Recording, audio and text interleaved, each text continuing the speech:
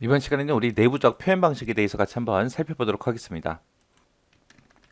자, 내부적 표현 방식이다 라고 하게 되면 이제 말 그대로 컴퓨터 내부에서 이제 연산을 하거나 데이터 처리할 때 그렇게 사용되는 그런 표현 방식을 보고 우리가 얘기합니다.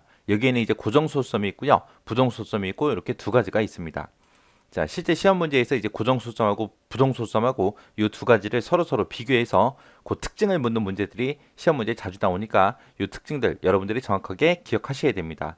고정소수점이다라고 하게 되면 얘는 이제 정수를 표현할 때 그때 이제 사용되는 방식이고요. 부정소수점이다라고 하게 되면 얘는 이제 소수점이 있는 실수를 표현할 때 그때 이제 사용되는 게 부정소수점이요.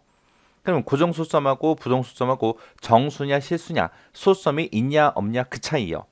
사람이 뭔가 숫자를 계산하더라도 정수만 이제 들어있는 숫자를 계산하는 거랑 소수점이 막 포함되어 있는 그런 숫자를 계산하는 거랑 두 가지를 놓고 봤을 때 정수가 훨씬 더 빠르죠. 소수점이 만약에 있다. 그러면 사람이 계산할 때도 그 소수점을 전부 다 신경 쓰면서 전부 다 계산을 해야 되기 때문에 그만큼 이제 속도가 느립니다. 그래서 고정 소수점이 연산 속도가 빨라요. 그리고 데이터 형식도 되게 단순합니다. 그래서 이 부동소수점 방식은 고정소수점 방식에 비해서 느려요. 느리다. 느리고 복잡하다. 고정소수점이 됐든 부동소수점이 됐든 전부 다 양수도 표현할 수 있고요. 음수도 표현할 수 있어요. 얘도 양수, 음수 둘 다 표현할 수 있습니다. 고정소수점이다 라고 하게 되면 크게 두 가지로 나눌 수 있어요. 이진연산 방법이 있고요. 십진연산 방법이 있고 이렇게 두 가지가 있는데 이진연산에는 부화절대치라는 게 있고 1의 보수 방식이 있고요. 2의 보수 방식이 있고 이렇게 세 가지가 있습니다. 그 다음에 십진연산이다 그럼 말 그대로 십진수 연산할 때 그때 사용되는 걸 얘기하는 거고요. 여기는 이제 팩연산 그리고 언팩연산하고 이렇게 두 가지가 있습니다. 이런 게 고정소수점이요. 그 다음에 이제 부동소수점이요. 부동소수점이다 그러면 이제 소수점이 포함된 그런 실수 데이터를 표현하고 연산하고 할 때 이제 사용되는 그런 방식을 보고 우리가 부동소수점이라고 하는 거고요. 얘는 이제 생김새가 이렇게 생겼어요. 맨 앞에 이제 부 양수냐 음수냐 그거 이제 표현하는 거고요. 그 뒤에 보면 이제 지수부라는 것도 있고 그다음에 가수부, 소수부라는 것도 있고 이렇게 있습니다. 특정 숫자가 있을 때 이제 뭐 1, 2, 3.456이라는 이런 숫자가 있어요. 만약에 음수다라고 했을 때 요 마이너스가 붙어 있으면 요 마이너스를 이제 부호부에다가 이제 표시해 주면 될 거고 여기서 123.456이라는 이 숫자를 이제 소수부랑 이제 지수부랑 서로 나눠야 돼요. 그렇게 서로 분리하는 그런 과정을 보고 우리는 정규화 과정이라고 합니다. 그래서 지수부와 소수부를 분리하는 그런 정규화 과정이 필요한 게 우리 부동소수점 방식이고요. 이 부동소수점 방식은 이제 부호부 그리고 지수부, 가수부에서 이렇게 세 가지로 구성이 돼 있더라. 이런 가수부를 다른 말로 소수부라고 그렇게 부른다라고 그렇게 기억하시면 됩니다. 해서 부동소수점은 고정소수점에 비해서 이제 연산하는 데 시간이 많이 걸려요. 그래서 느려요. 근데 고정소수점에서는 숫자 1이다 그러면은 1 하나밖에 없어요. 근데 부동소수점에는 1.1도 있을 수 있어요. 1.2가 있을 수도 있고 1.123이 있을 수도 있고 1.5가 있을 수도 있잖아요. 그죠? 이렇게 1이라는 숫자 하나만 놓고 봤을 때 고정소수점에는 하나밖에 없지만 부동소수점은 엄청나게 많습니다. 그리고 고정소수점에서 마이너스 5다라고 하게 되면 마이너스 5 하나밖에 없지만 부동소수점 같은 경우에는 이제 마이너스 5.1도 있을 수 있고 마이너스 5.2도 있을 수 있잖아요. 그죠? 그래서 고정소수점에 비해서 부동소수점은 숫자가 많이 있습니다. 숫자가 많이 있어서 고정소수점보다 매우 큰 수나 매우 작은 수를 표현하는 데 적합한 게 우리 부동소수점이요. 해서 큰 수나 작은 수를 표현하기 적합하다. 이런 게 이제 부동소수점이요. 그래서 고정소수점이랑 부동소수점이랑 정수다 실수다 이거 정확하게 기억하시고요. 부동소수점 같은 경우는 이제 생김새까지 여러분들이 기억하셔야 돼요. 부호부, 지수부, 가수부에서 이렇게 세 가지가 있더라. 고정소수점은 속도가 빠르고 구조가 단순하다. 근데 부동소수점은 속도가 느리고 복잡하다. 그리고 지수부와 소수부를 분리하는 그런 정규화 과정이라는 게 필요하더라. 그리고 큰 수나 작은 수를 표현하는데 적합하다. 이렇게 해서 특징 잘 기억하고 지나가시기 바랍니다. 자, 이런 코드에서는 특징하고 표현할 수 있는 가지수만 여러분들이 정확하게 잘 기억하시면 돼요. 자, BCD 코드요. BCD 코드는 지금처럼 이렇게 생겼어요. 앞부분에 이제 준 비트가 오고요. 뒷부분에 이제 디지트 비트가 옵니다. 디지트 비트의 개수는 4개로 정해져 있고요. 준 비트도 지금 BCD 코드는 2개밖에 없습니다. 하나의 문자를 2개의 준 비트와 4개의 디지트 비트를 이용해서 표현하는 거. 전체 6비트짜리죠. 전체 6비트짜리. 자, 6비트이기 때문에 2의 6승에서 64가지의 문자를 전부 다 표현할 수 있습니다. 근데 BCD 같은 경우에는 이제 영어 소문자를 표현할 수가 없습니다. 자, ASCII 코드는 지금처럼 이렇게 생겼어요. 디지트 비트가 4비트로 되어 있고요. 그리고 존 비트는 3비트로 되어 있습니다. 이렇게 해서 전체 7비트짜리 코드예요. 요 ASCII 코드의 종류에는 크게 보게 되면 두 가지가 있어요. 그냥 일반 ASCII 코드가 있고, 그리고 확장 ASCII 코드가 있고 두 가지가 있습니다.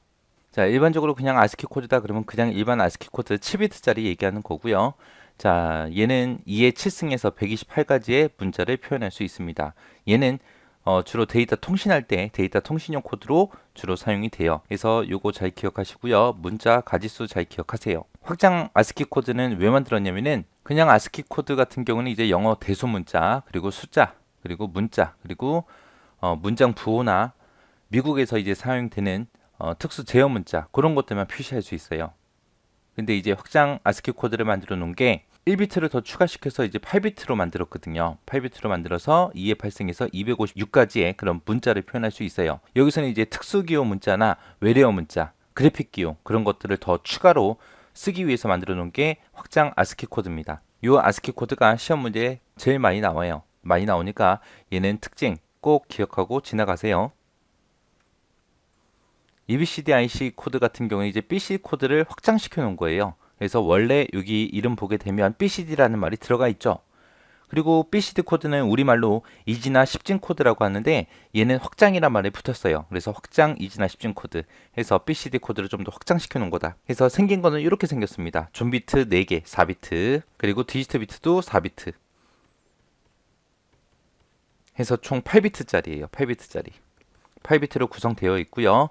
2의 8승에서 256가지의 문자를 표현합니다. 확장 이지나 10진 코드 같은 경우는 이제 대형 컴퓨터에서 주로 사용을 해요. 우리가 일반적으로 쓰는 거는 ASCII 코드고요. 얘는 이제 대형 컴퓨터에서 주로 사용하더라라고 그렇게 기억하고 지나가시면 됩니다.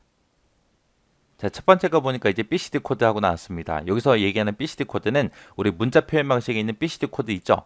거기가 총 6비트짜리였는데 그 BCD 코드에서 존 비트 있죠? 존 비트가 총 2비트로 돼 있다 그랬어요. 그 2비트를 생략하고 사용하는 걸 보고 얘기합니다. 그러면 2비트를 생략했으니까 총 4비트가 남았겠죠. 그 4비트만 가지고 10진수 한 자리 수를 그렇게 표현하는 방식을 보고 BCD 코드라고 해요.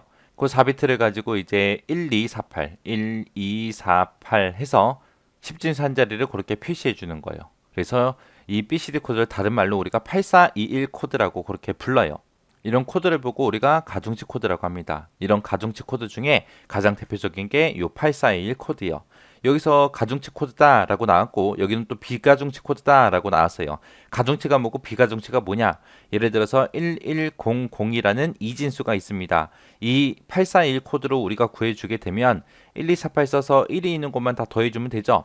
그러면 얘는 10진수로 12라는 숫자입니다. 이때 이제 이 자리를 보고 우리는 1, 여기는 2, 여기는 4다, 여기는 8이다 라고 그렇게 얘기하잖아요. 이렇게 각 자리마다 고유한 값이 정해진 거, 그게 가중치 코드입니다. 만약에 1, 2, 3, 4, 1이라는 금액이 있어요. 그럼 여기를 우리는 1의 자리, 10의 자리, 100의 자리, 1000의 자리라고 부르죠. 그 각각 자리마다 고유한 값이 정해져 있죠. 그런 걸 보고 우리가 가중치 코드라고 하는 거예요. 그럼 비가중치 코드는 뭐냐? 이런 고유한 값이 없는 거를 보고 비가중치 코드라고 합니다. 그래서 가중치 코드 중에 가장 대표적인 코드가 8421 코드. 8421 코드가 가장 대표적인 거예요. 자, 가중치 코드에는 이런 841만 있는 게 아니라 241 코드, 541 코드하고 여러 가지 코드도 있습니다. 자, 이런 841 코드를 이용하게 되면 이제 10진수 입출력이 간단해져요. 4비트만 가지고 주고받고 하기 때문에 간단해집니다. 그 다음에 여기 보게 되면 X3 코드, 3초과 코드라는 게 있어요. 얘는 말 그대로 3을 초과했다라는 거예요. 초과라는 게 이상, 이하, 초과, 미만 거기서 이제 초과예요. 초과. 초과가 크다라는 얘기죠. 그래서 3 크다. 그런 얘기입니다. 그래서 우리가 841 코드 얘 가지고 이제 10진수로 구하죠. 거기다가 이제 더하기 3만 해주면 되는 거예요. 만약에 지금처럼 1100이라는 이진수가 있는데 이거를 3초과 코드로 구해라 라고 하게 되면 1248 해서 얘는 10진수로는 12가 되죠. 12에다가 더하기 3만 해주면 돼요. 그럼 15가 나오죠. 그 15가 3초과 코드의 결과값입니다. 자, 요 이진수의 3초각 코드의 결값은 15요. 그렇게 해서 3만 더해주면 되더라.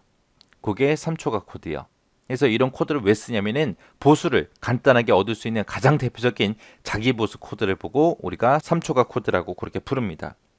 여기서 이제 자기보수 코드라는 말이 나는데 얘가 뭐냐면은 0은 1로 1은 0으로 그렇게 뒤집어주는 걸 보고 우리가 보수라 그래요. 그렇게 이제 0은 1로 1은 0으로 뒤집어 놓으면 그 10진수 값에 대해서 이제 구의 보수를 얻는 그런 코드를 보고 우리가 자기보수 코드라고 하는데 그 중에 가장 대표적인 게 우리 3초각 코드요. 그 다음에 그레이 코드다라고 하게 되면 그레이 코드는 BCD 코드 있죠. 841 코드요. 여기에 인접하는 비트를 XO와 연산을 다 해요. XO와 연산해서 만든 그런 코드를 보고 우리가 그레이 코드라고 하고요. 얘도 마찬가지로 841처럼 그렇게 각 자리마다 구현값이 없어요. 그래서 얘도 비가정치 코드입니다. 그래서 얘는 1비트만 변화를 시키게 되면 요 XO와 연산을 하기 때문에 다음 수치가 계속해서 변해요. 그래서 하드웨어적인 오류가 적습니다. 그런 걸 보고 그레이 코드라고 해요. 그 다음에 이제 페리티 코드요. 페리티 비트라는 게 있고 그 다음에 해밍 코드라는 게 있고 이렇게 두 가지가 있습니다. 얘네 둘 다 에러 검출하는 거예요. 오류와 관련된 코드예요. 둘 다. 자, 페리티 검사 코드다라고 하게 되면 이진 정보를 이제 실제 네트워크를 통해서 전송할 때 에러를 검출하기 위해서 그렇게 사용되는 페리티 비트를 사용하는 코드를 보고 페리티 검사 코드라고 합니다. 자, 예를 들어서 여기 송신 측이 있고 수신 측이 있다라고 생각을 해보세요. 내가 만약에 송신 측에서 1100이라는 데이터를 상대방한테 보내줄 거예요. 그때 이제 보내줄 때, 야, 내가 너한테 뭐 보낼 거야 라고 얘기를 안 하고 그냥 보내잖아요. 그죠? 우리 뭐 문자 보낼 때 생각해 보세요. 상대방한테 미리 전화해서 내가 너한테 무슨 문자 보낼게 라고 얘기하고 보내요? 아니잖아요. 네트워크도 마찬가지예요. 무슨 데이터를 보낼지 몰라요. 그럼 수신하는 측에서 생각해 보세요.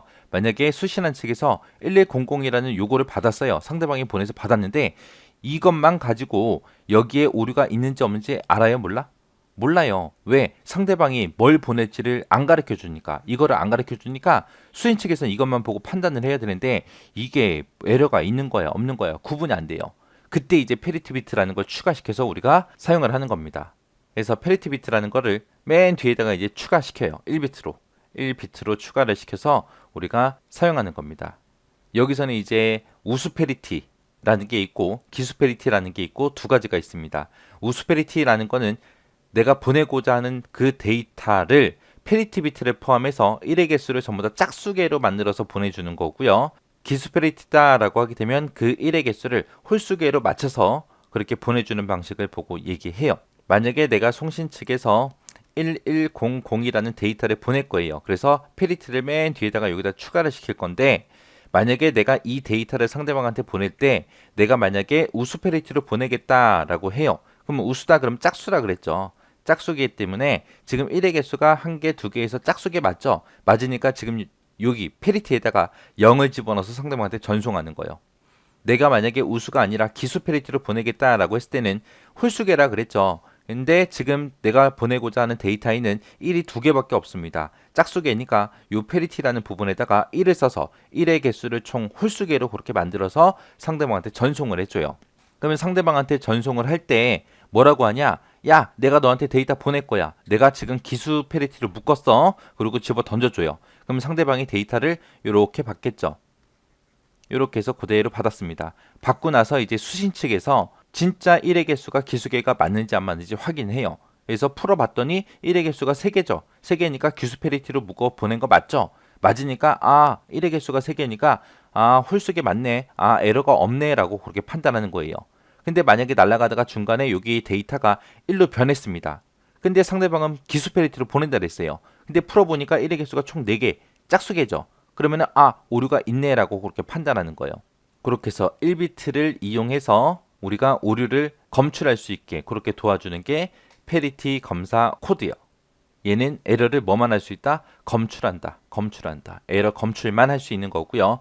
여기서 이제 해밍 코드라는 게 나오는데 해밍 코드는 에러를 검출을 해요. 오류를 검출해서 뭐까지 하냐? 교정까지 해줍니다. 교정까지. 검출하고 교정까지 하는 코드는 해밍 코드 딱 하나밖에 없습니다.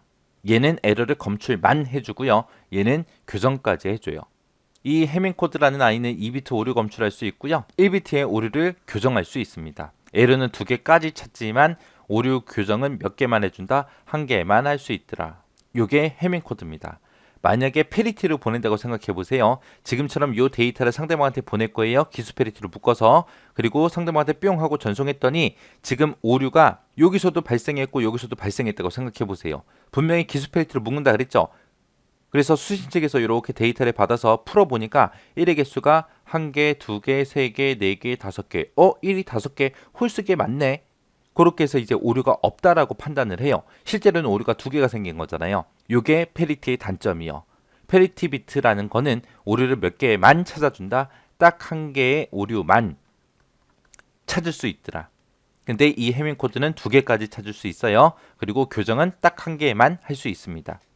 자, 이렇게 해서 기타 표현 방식에 대해서 살펴봤는데 이런 것들이 이제 시험 문제 나올 때 오류 검출과 관계된 코드가 뭐냐, 문자 표현하는 코드가 뭐냐, 문자를 표현하는 코드가 아닌 거 찾아라, 에러를 검출하고 교정까지 하는 코드가 뭐냐, 그런 식으로 이제 시험 문제 물어볼 거예요. 물어보니까 종류 잘 기억하셔야 돼요. 그리고 각 코드마다 특징들 정확하게 기억하시고 지나가시기 바랍니다.